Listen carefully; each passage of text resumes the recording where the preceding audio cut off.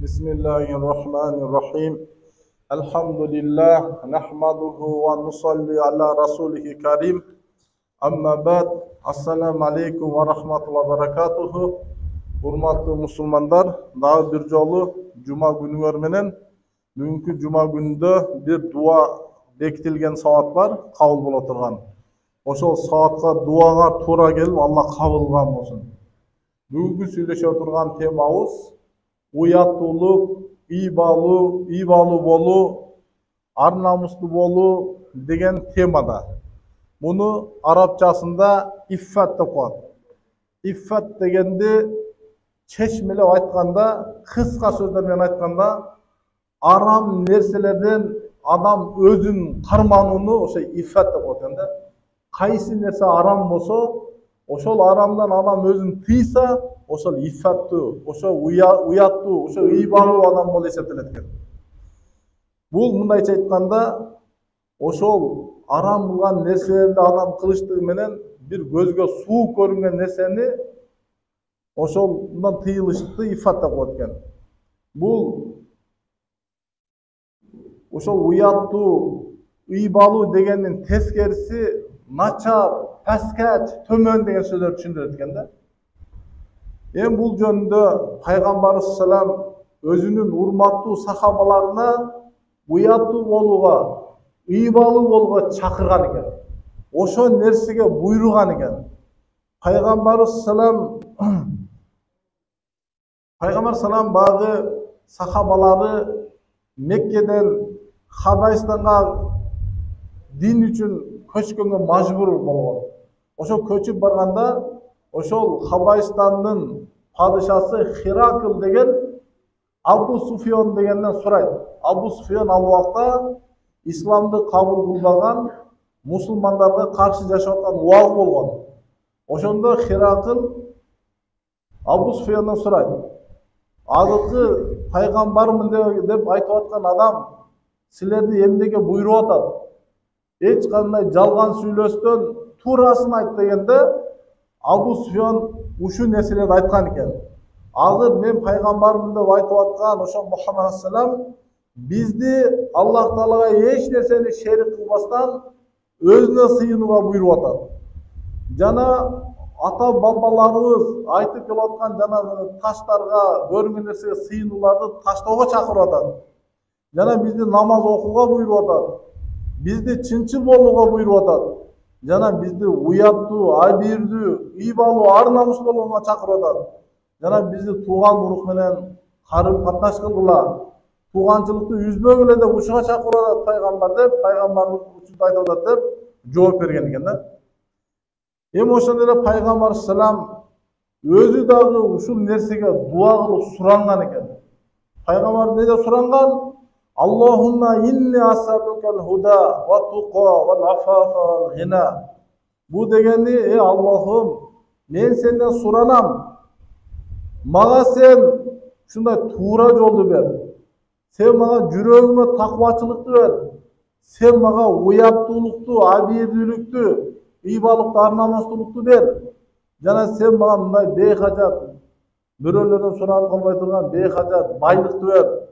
Енен жашан бер деп пайгамбар ушуну суранган. Эми ошол уяттуу, ийбалуу болуштун бир канча пайдалары бар экен да. Уяттуу болсок, ийбалуу болсок, мунун пайдалары. Мунун пайдалары ушундай. Бул адамды тозоктон кутулта турган нерсе экен да. Уялуу, ийбалуу болуу адамды тозоктон кутулта турган нерсе экен. Пайгамбар салам өзүнүн хадистеринде айтат: кайсы бир иште уяттуу, ийбалуу боло турган болсо, ошол иш ошончолук көркөмдөлүп деп айткан экен да. Кайсы бир ишке уятсыздык, абийирсиздик аралаша турган болсо, ошол ишти өтө көркөмсүз кылат, төмөн кылат, жиркеничтүү кылат деп айткан экен да. Ошон үчүн ар бир иште уяттуу болуш керек да, абийирдүү болуш керек. Өзүңдүн абийириңе койдум деген сөз бар бизде. Өзүңдүн абийириңе койдум деген сөз ушуда. Ошол абийир, ошол уяттуулук адамды тозоктон кутултат. Себеби Пайгамбар саллаллаху алейхи өзүнүн хадисинде айтып атат да, ар бир арам менен өскөн дене ал тозокко гана ылайыктуу деп айткан экен да. Арам менен өсүп аткан дене мунун тозокко ылайыктуу ал дене деп айткан экен да. Бул деген нерсе адам ушу жеп аткан ырыскысын, үйүнө кетип келип аткан ырыскыны, балдарына жетип аткан тамакты ошого дагы бир абийир керек экен да. Каяктан тауып атам? Адалбы? Бирөөнү алдаган жокмунбу? Пара кылып алган жокмунбу? Кумардан утуп алган жокмунбу? Бирөөнү алдап алган жокмунбу? Кыянат жол менен албадымбы ушул нерсени? Бул алып келип аткан ырыскым кандай өзү деп туруп, ошого кичине абийир керек экен да. Ошого бир уят, ар намыс керек экен да. Алып келип атам деп алып келе бербеш керек экен да. Себеби эмне? Ошол арам менен өскөн дененин орду тозок болгон жакшыраак деп айткан экен да Пайгамбар. Эми адам ушул абийир менен бир уяттуулук менен ырыск алып келе турган болсо, бунун пайдалары тозоктон кутулуу, бунун пайдалары дуа кабыл болот экен да. Бунун пайдалары Аллах Таала ошо бендесин ар нерседен сактайт экен да. Бүт нерседен сактайт экен да. Абийир болсоң, ыйман болсоң. Айтат го, бирөө узак сапарда дейт. Чачтары тозуган, кийимдери эскирген. Анан я Алла деп алакан жаят дейт. Аллах Таала анын дуасын кантип кабыл кылсын дейт. Анын жеген арам болсо, кийген арам болсо, ичкен арам болсо, кантип анын дуасын кабыл кылат деген хадис кетти. Аны чечмелеген алымдар айтат. Өзү сапардагы адамдын дуасы тез кабыл болуш керек. Мусафир адамдын дуасынан корккула деп пайгамбар айткан эле. Бирок бул мусафир болсо дагы дуасы кабыл болбой атат. Не себептен? Жегени, ичкени, кийгени арам болгондугу үчүн мусафир болмокто мелекет ошон кабыл болбой атат да. Ошон үчүн ошол алып келип аткан ырыскыларыбызды абийир менен, уяттуулук менен алып келиштигибиз баардыгыбызга милдет экен да. Өтө милдет нерсе ушул экен. Эң биринчи биз абийир, уят десе эле киндиктен ылдый жакты эле түшүнөбүз да. Ушул эле деп. Ошол уяттуулук, абийирдүүлүк жеп аткан тамагыбызда, үйүбүзгө келип аткан ырыскыбыздын ичинде дагы ошол жерде абийир, уят деген ошол жерде катылып жатат экен да туугандар. Анан дагы ошол уяттуулук, абийирдүүлүк деген нерсе ушундай экен. Адамдардан сурануудан өзүн тыйылыш дагы абийир, ыйманга кирет экен да. Мен түгөп калдым деп эле жалын жарман көрүнгөндөн суранып жатып калбаш керек экен. Аллах Таала Куранда узун аятта келет. Ошону кыска жерин ушул жерде келтирди. Вала юсалунан наса илхафан. Адамдардан жабышып сурап жатып калбайт деген экен да. Ушундай адамдар сыфатталыпчы. Алар өздөрү муктаж болсо дагы сен аларды көрүп турасың. Аларды кээ бир адамдар бай деп ойлойт. Бирок ал муктаж болсо дагы жабыш эле тилерин эле суранып жатып калбайт деп айткан экен да. Момундун абийирдүү, ыймандуулугу да ушул жерде экен да. Көрүнгөндөн эле суранып берчи деп бербестен өзүн карманыштыгы ушу да жакшы нерсе экен да. Себеби Пайгамбар саллаллаху алейхи хадисинде айтат да, эгер силер сурануунун жаман экенин билгениңерде, атыңардын камчысы жерге түшпесе, ошону алып берип койчу деп сурамайт элеңер деп айткан экен да. Өзү сурануу адамга ошо жакырчылыктын гана эшигин ачат экен да. Садака байлыктын эшигин ачса, сурануу ошол кембагалчылыктын гана эшигин ачат экен да. Жана ошол Пайгамбар саламга бир топ сахабалар келди эле, бир топ адамдар келди эле сахабалардан. Анан Пайгамбар салам, силер баят кылдыңарбы? Десе, ооба биз баят кылдык я Расулуллах десе, Пайгамбар сурап да. Неде баят кылдыңар десе, я Расулуллах, биз эч кимден суранбайбыз деп баят кылдык деп айтты деген экен да. Суранып, бирөөдөн берчи деп суранбайбыз деп, ошо баят кылдык деп ушунда айткан экен. Эми ошол бендеден суранбастан суранбайчылыктын пайдасы адамдын Аллах Тааланын өзүнө суранууну алып келет экен да. Качан бендеден сурануудан тыйылсаң, бир Аллахтын өзүнөн сурануу деген нерсе сенде пайда болот экен да.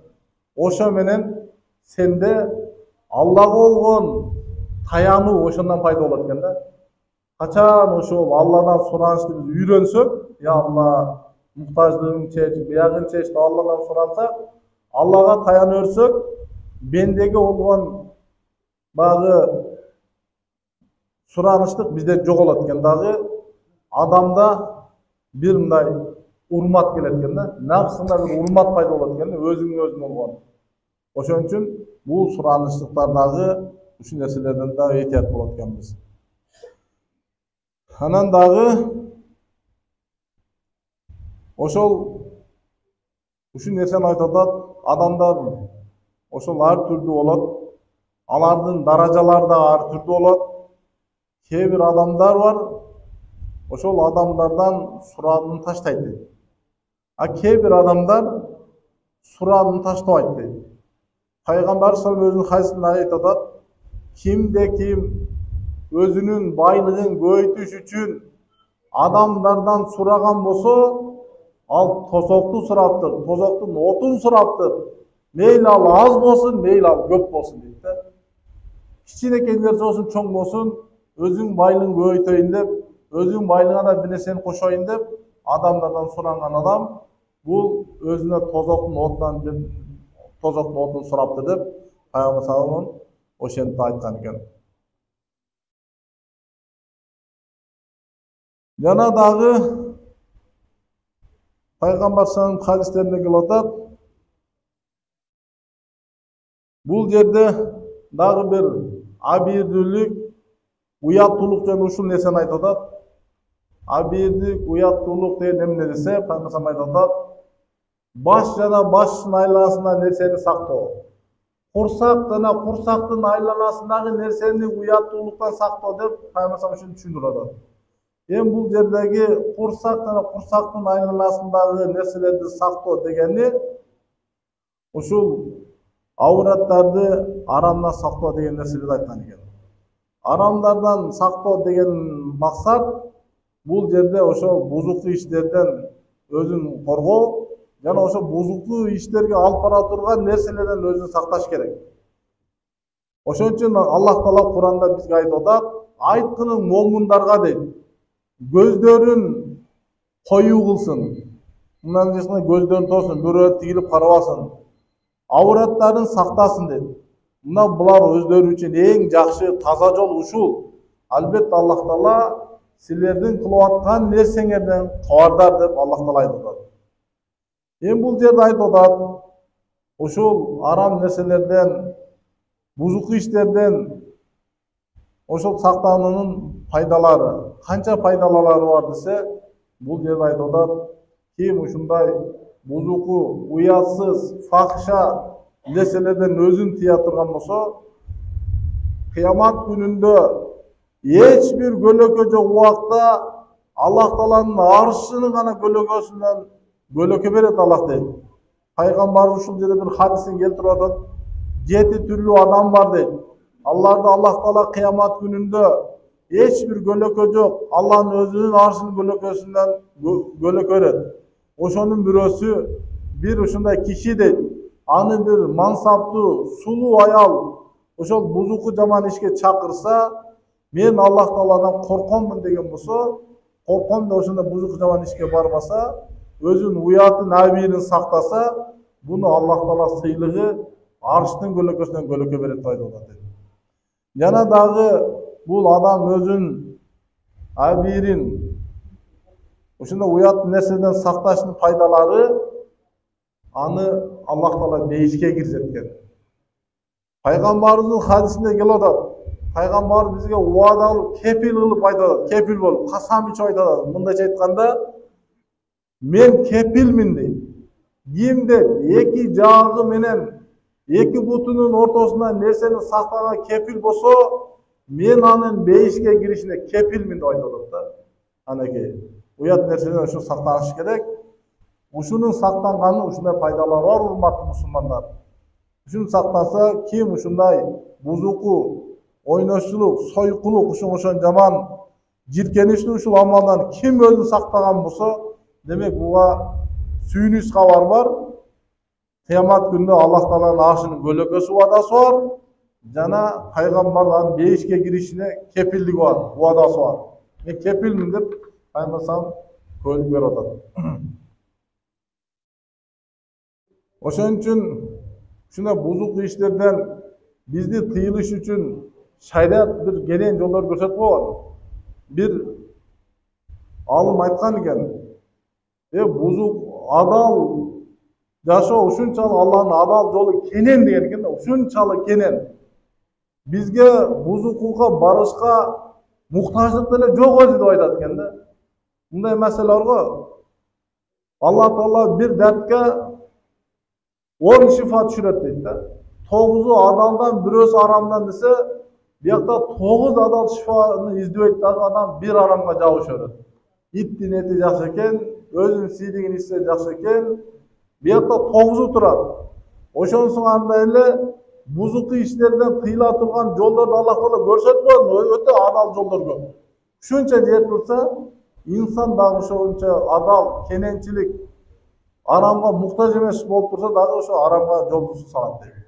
Бул жөнүндө шарият ошол адамдын бузукулуктан тыйылыш үчүн ушул жолдорду көрсөткөн, таза жолдорду көрсөткөн. Кантип сактаныш керек? Ошонун сактаган нерселери мындай.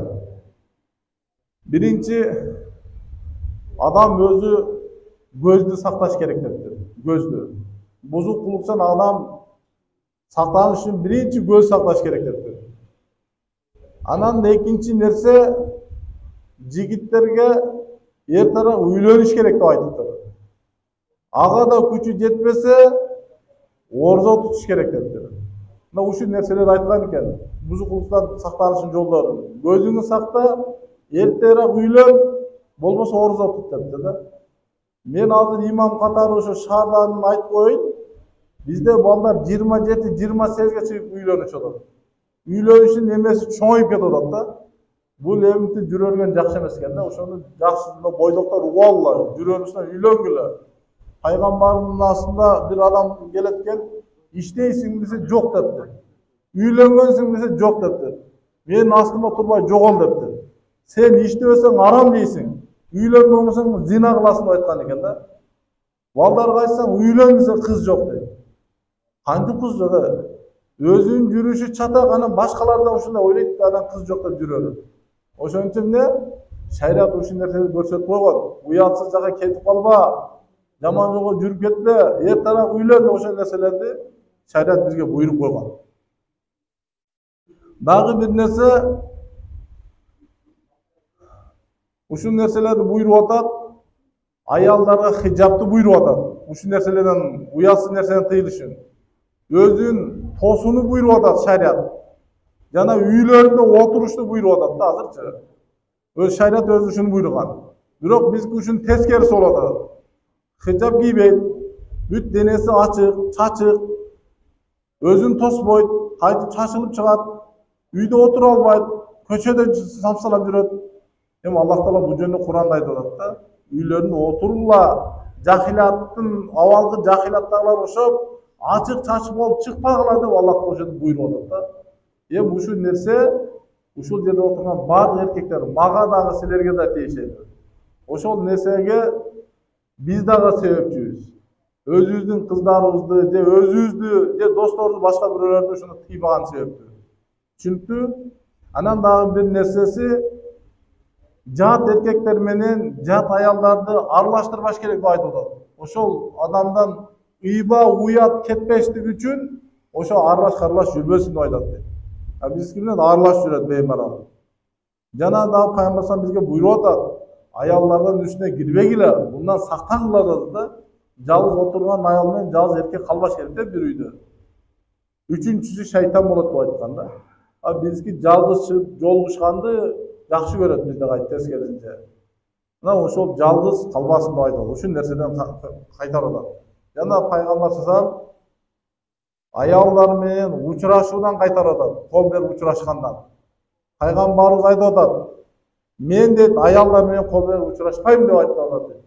Башка бир хадисинде айткан экен, намахрам жат аял менен учурашкандан көрү башыңа мык кагылганы жакшы деп айткан экен да. Валиске түшкөнүңөр шооруңар уурадыңар айтып кой. Учурашкан ушунча боло турган болсо, тойлордо валиске түшкөндөр шоо уурап калды. Жана дагы ошо аялдар менен эркектерди aralashууdan şariat kaytargan tuğanda. Bizde toylarda ayal erkekli aralashtirip toygulatabız. Özüçe rasa baktulu olatabız. Biri oşol жерде Allah'ın kargışı, belası jogotkan hiç kimimiz bilgen jokpuz. Şöyle kafelerde toylar kılatabız, erkek ayal aralashtirip çatak bulatat biyaga. Bul jönündө bizde ne olatat? Zinaga жакындабагыла деп Аллах Таала Кур'анда буйруп атат. Зинага жакындабагыла дегенди, аны кучакташып жатып калган эле зина болуп эсептебейт. Ошо зинага алып бара турган жолдорду өзү зинага жакындабаа дейт да. Карашың, кармашың, кучакташың, карлап жүрүшүң, ошо зинага алып барып кете турган нерселер ушулар болот экен. Жана дагы намахрам жат аялдарды карагандан шариат кайтарып атат. Жана жанагындай бузуку кинолорду көргөндөн кайтарып атат. Жана ушундай нерсеге бузукулукка чакыра турган нерселерди окугандан кайтарып атат да, шариат ушул нерселерден тыйылыш керек болот. Биздеги уясыздык каяктан келип атат десе, биздеги уясыздык, биздеги ошо тарбия бере турган, бизде үй бүлөдө жоопкерчиликтүү боло турган адамдардын тарбиясынын алсыздыгынан болуп атат дейт. Аларды балдарын же кыздарын ошол жакшылыкка буйрубай атат дейт. Ушул себептен ушул нерселер болуп атат дейт. Биздеги жаман нерселердин бардыгы Аллах Таала арам кылган нерселерди караганды мындай эле болуп калды дейт адамдарчы, жөн эле кетип боло берет деп. Пайгамбар салам айтып атат, көздүн зинасы ал караштык дейт да. Көзүң менен карадың, зина көзүңүн зинасы түштү дейт. Пайгамбар салам бир сахаба келип суратат, "Я Расулуллах" дейт. Эгер көзүм бир ушул нерсеге түшүп калса, бир карабай турган нерсе түшүп калса, эмне кылайын десе, пайгамбар мени буйруду дейт. Дароо көзүң башкака бур деп айтты дейт да. Дароо ошо көздү башкака буруп караш керек. Аны карап тигилип, кадалып калбаш керек. Башка бир хадисте пайгамбар Али разияллаху анху айтып атат. Али, кайта карай берме деп айтты дейт. Биринчи караштыгың сенин пайдаң, экинчи караштыгың шайтандын пайдасы деп айтты дейт да. Мынакей, бул көз караштык ошо дагы айбирсиздик, уясыз калып бара турган нерселердин себептери болот дейт. Бизде жанагы айбирсиздик, уясыздын келип чыккан себептерин ушундай айтып атат. Ошол жигиттердин, кыздардын кеч үйлөнүштүктөр дагы биз ушул нерсеге алып барып коюп атат дейт. Жана дагы бизде ачык-чачык болгон, эч бир коргону жок жерлерге муктаж эле аял заттарыбызды, кыздарыбызды сафарга чыгарып коюп атабыз. Мына азыр ажылык сапар башталып атат. Бул парыз, чоң амал. Ошол парыз чоң амалга барыш үчүн махрам болуш керек деп айтып атат. Кара, махрамы болбосо ошо чоң парыз амалда кылбаш керек деп айтып атат. Токтоп үйдө отуруш керек дейт. А биз болсо кыздарыбызды, өзүгө караштуу махрам аялдарды сапарларга эч кандай жанында махрам жолу жөнөтүп атабыз да. Анакей. Анан дагы бир нерсе, ошол башка жат аял, жат эркектердин аралашып жүрүштүгү дагы эң туура эмес нерселерден болуп атат, урматтуу мусулмандар. Дагы бир айта турган нерселер, адамдар дейт, бош убактылар өтө көбөйүп кетти дейт. Адам дейт, бош убактыларын дүйнөсүнө жана ахиретине пайда бере турган нерселер менен толтуруш керек дейт. Кылып аткан нерсеңиз дүйнөсүнө пайда бериш керек, ахиретине пайда бере турган нерсе болуш керек дейт. Ошол нафсына, шайтандын азыктарына ээрчип адам жүрө бербеш керек дейт. Бул жерде айта турган дагы бир нерсе, дагы бир баса белги айтып кое турган нерсе, бул ыймандуулуктун, уяттуулуктун, абийирдүүлүктүн пайдалары. Адам абийир болсо, ыйман болсо 5-ке кирет. Кыямат күнү Аллах Тааланын аршынан көлөк алат. Ким абийирдүү, уяттуу, ыйбалуу боло турган болсо, анын үй бүлөсү, анын жакын туугандарын дагы Аллах Таала ошондой жаман нерселерден сактайт. Ким ошол арам нерселерге түшө турган болсо, арам нерселерди кыла турган болсо, этият болсун дейт.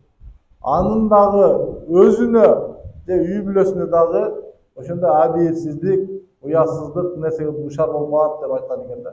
Мындай чыгында карыз деген сөз уккансыздарбы? Ушул нерселер ошо. Анан бул уяттуу болуштук, абийир болуштук бир эле өзүнө гана пайда келтирбесен, коомго да пайда келтирет экен да. Уятсыз абийир болуштук өзүңө эле зыян эмес, коомго да зыян келет экен. Ошол бузукулук, оорулар, ар кандай балакаттар абийирсизден таркайт экен. Куранда бул жөнүндө Лут коомунун мисалын келтиргендей. Лут коому ошол абийирсиздиктин айынан Аллах Таала аларды жерге жуткузуп таштаган дейт да. Бул абийирдүүлүктүн пайдасын Куранда келтиргендей. Юсуф алейхиссаламды Зулайга чакырганда жаман ишке баргандан көрү зынданда жүргөндү тандаган дейт да. Адам качан абийирдүү болсо, уяттуу болсо, ыйман болсо, бул нафсин тизгиндейт деп айткан да.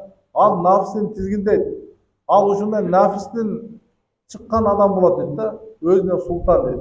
Ким абийирин сактабаса, уяттуу болбой турган болсо, ал өзүнүн нафсына кул дейт. Убактылуу бир нерселерге тойбогондой болуп, бакытты ар жактан издеп жүрөр дейт. Эч жерде бакыт таппайт дейт да. Качан адам абийирдүү, уяттуу боло турган болсо, ал баардык жакшылыктарга жетет дейт. Ал эми уяты жок, абийирсиз адамдарга дейт, эч нерсе сөз жок дейт да. Пайгамбардын акыркы бир хадиси менен токтоломун. Бул хадисте мурунку пайгамбарлар да айтып кеткен экен. Уялбасаң калганын кыла бер депчи. Ошону тапсырда айтат экен. Бул дегени уяттуулук мурунку пайгамбарлардан бери келип атат дейт да. Мурунку пайгамбарлардын кээ бир шариаты, намазы, орозосу өзгөргөн болушу мүмкүн дейт. Уят, абийир деген ошо адам ата жаралгандан бери өзгөрбөй келип аткан нерсе деп айткан экен да. Уялбасаң калганын кыла бер дегени эртең тозоктун азабына чыдасаң кыла бер деген маселе дейт. Кылып жүрөр деген сөз эмес дейт. Азапка даярсыңбы? Эртең сен ошо азап күтүп турат. Ошол азапка даяр болсоң анда кыла бер деген маселе экен да. Ошон үчүн урматтуу мусулмандар, ар бир иште абийир болойлу. Кесибибизде, ырыскы табылганда, мамилебизде, кошунабыз болгон мамилелерде, адамдар менен болгон мамилебизде биздин сыртыбызды бенде билбеши мүмкүн.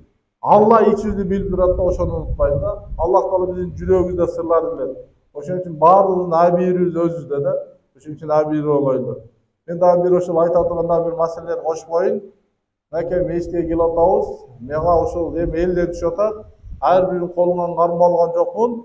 Бизде бир жаман адат болуп атат дейт. Биздеги адамдар азыр арак ичпегени менен наша чегип атат деп айтып атат, туугандар. Намаз окуган балдарына нашаны уруп атат дейт да. Кичине абийир керек. Бул боюнча фатва бар экен да. Арактын күнөөсү менен нашанын күнөөсү чоң экен. Нашаныкы бул оор күнөө экен да. Арактыгынан да статьясы чоң экен шарият боюнча. Ошон үчүн ушундайда эсиң барда этегиңди жап деп, ошо наша деген балакатты үйрөнбөгүлө, чекпегиле. Алла Таала арам кылган.